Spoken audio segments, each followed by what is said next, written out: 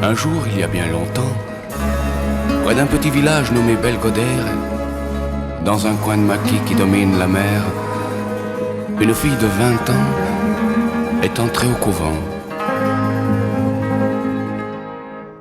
Le couvent de Belgodère n'a jamais su son nom,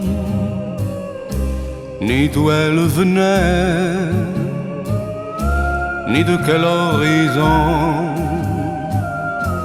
On la voyait souvent venir se réfugier sous les cyprès géants, les yeux au loin fixés.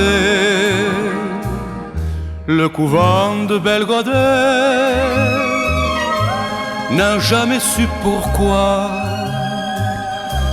des larmes dans ses yeux y brillaient quelquefois. On disait que c'était peut-être une princesse qui s'en venait cacher un amour en détresse. Puis un matin, le couvent s'est réveillé, surpris de ne plus voir sa belle protégée.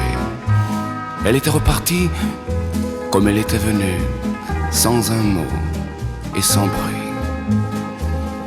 Le couvent de Belgodère a vécu bien longtemps, maintenant tout en ruine, sous les mêmes cyprès géants.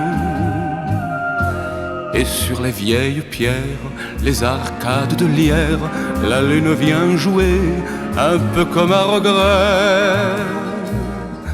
Au couvent de Belgodère,